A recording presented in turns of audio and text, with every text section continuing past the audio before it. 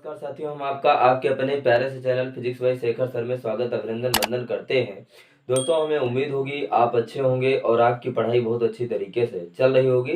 चलिए दोस्तों, हमारा जो पहला पार्ट था प्रकाश का परावर्तन अपवर्तन, उसको हमने जो भी इम्पोर्टेंट उसमें फैक्ट थे उनको कवर किया गया।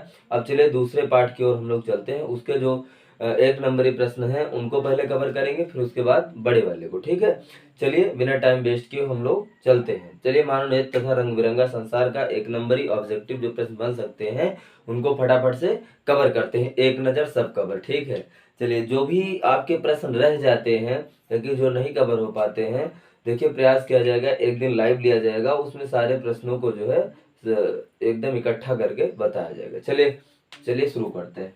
क्या है दोस्तों, पहला प्रश्न है आपका मानव नेत्र। देखिए मानव नेत्र क्या है। मानव नेत्र सिंपल से कह सकते हो, जब प्रकाश पड़ता है तभी कोई चीज दिखाई पड़ती है, जिसकी सहायता से हम देख पाते हैं वही आपका मानव नेत्र होता है। ठीक है, चलिए हम समझते हैं मानव नेत्र क्या कहा गया। मानव नेत्र अभिनेत्र लेंस की फोकस दूरी को समायोजित करके विभिन्न दूरियों पर रखी वस्तुओं को फोकसित कर सकता है। ऐसा हो पाने का कारण क्या है। देखिए कहा जा रहा है कि जो भी आपका मानव नेत्र है, मानव नेत्र अभिनेत्र लेंस, देखिए अभिनेत्र लेंस जो आपका है, अभिनेत्र लेंस की फोकस दूरी को समायोजित, मतलब नेत्र में जो लेंस लगा होता है अभिनेत्र लेंस। ठीक है तो अभिनेत्र लेंस की फोकस दूरी को समायोजित करके विभिन्न दूरियों पर रखी वस्तुओं को फोकसित कर सकता है। ऐसा हो पाने का कारण क्या है। तो सिंपल सा यहाँ पर समायोजित कहीं शब्द मिला है, ये तो सिंपल कहेंगे आपका समायोजन, यानी समंजन क्षमता है। किसके कारण भैया, समंजन क्षमता के कारण, समंजन क्षमता के कारण। तो किसके कारण समायोजित कर पाता है, समंजन क्षमता के कारण। परिभाषा क्या है समंजन क्षमता की, बहुत इंपॉर्टेंट है, एक नंबर में 2 नंबर पूछी जाती है।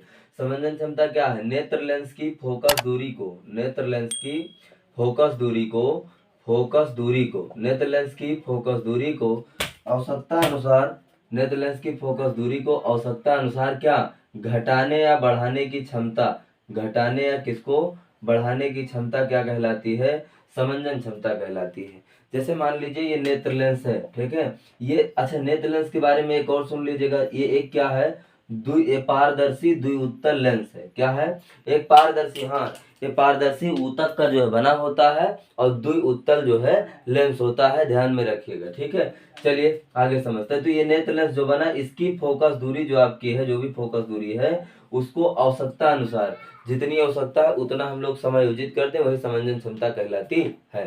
तो नेत्र लेंस की फोकस दूरी को आवश्यकता अनुसार घटाने या बढ़ाने की क्षमता समंजन क्षमता कहलाती है। बहुत इंपॉर्टेंट है, very very very most important. चलिए आगे समझते हैं अगला। तो उसका उत्तर क्या हो जाएगा भैया, समंजन क्षमता।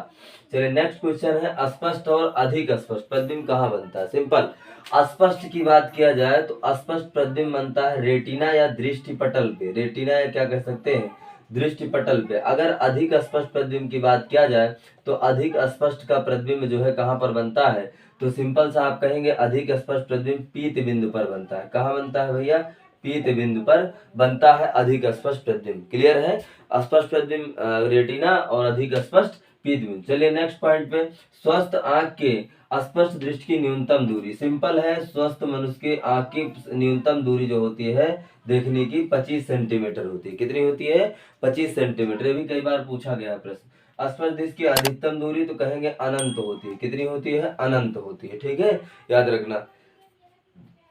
नेक्स्ट क्वेश्चन, निकट दृष्टि दोष के निवारण के लिए प्रयुक्त लेंस।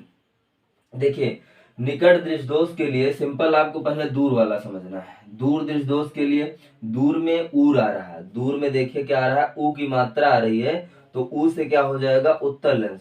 अगर दूर दृष्टि दोष के निवारण के लिए उत्तल लेंस का प्रयोग होगा तो निकट के लिए क्या होगा, सिंपल उसका उल्टा अवतल होगा।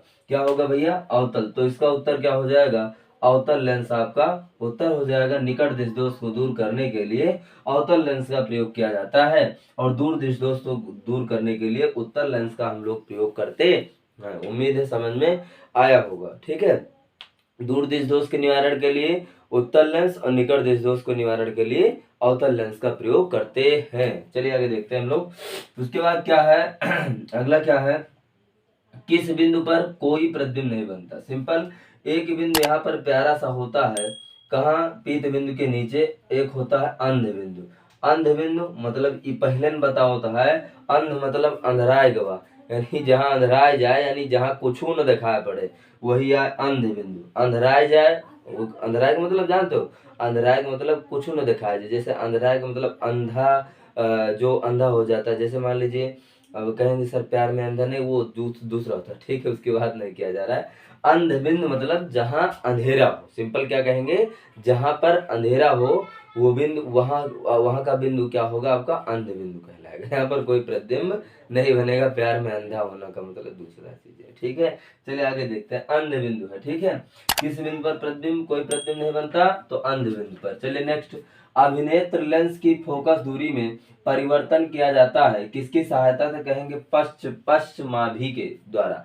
पश्चमाभि क्या होता है, एक आप नेत्र लेंस उठा के देखेंगे तो उसमें जो है कहा जाए तो पीछे का जो भाग होता है, पश्चमाभि जो होता है वही होता है। पश्चमाभि के द्वारा अभिनेत्र लेंस की फोकस दूरी में परिवर्तन किया जाता है। अभिनेत्र लेंस की फोकस दूरी में परिवर्तन किया जाता है, ठीक है। अब यहाँ पर समझिए नेक्स्ट पॉइंट की ओर, मानव नेत्र, मानव जो होता है उसकी आंख, एक आंख द्वारा वो क्षैतिज क्षेत्र कितना देख सकता है, कितने अंश का कोण बना के, कहेंगे 150। मतलब मानव एक आंख द्वारा 150 अंश का कोण बना के देख सकता है, बल्कि दोनों आंख द्वारा 180 अंश का कोण बना के किसी वस्तु को देख सकता है। दूसरा, जानवर एक आंख द्वारा 150 अंश का कोण बना के देख सकते हैं, और दो आंख द्वारा कितना, 300 अंश का, कितना अंश का, 300 अंश का कोण बना के देख सकते हैं। आप कभी ट्राई मत कीजिएगा, ठीक है, नहीं तो मूड़ी इधर घूम जाएगी, तुम उधर ही खड़े रहोगे, इससे कोई मतलब नहीं निकलेगा, ठीक है। चलिए आगे देखते हैं, उल्लू लगभग कहा जाए अपनी गर्दन को 270 अंश घुमा सकता है। 270 अंश ये घुमा सकता है, लगभग 270 अंश से घुमा सकता है। समंजन क्षमता परिभाषा ऊपर बताई गई कि क्या होता है समंजन क्षमता, तो सिंपल कहेंगे नेत्र लेंस की फोकस दूरी को आवश्यकता अनुसार घटाने या बढ़ाने की क्षमता समंजन क्षमता कहलाती है। उम्मीद है यहाँ तक कोई दिक्कत आपको नहीं होगी। तब तक लिए धन्यवाद, बहुत बहुत आपका शुक्रिया। आप चैनल को सब्सक्राइब करें, ज़्यादा से ज़्यादा लाइक करें, ज़्यादा से ज़्यादा शेयर करें, आपसे यही मेरी विनती है। चलिए दोस्तों, धन्यवाद।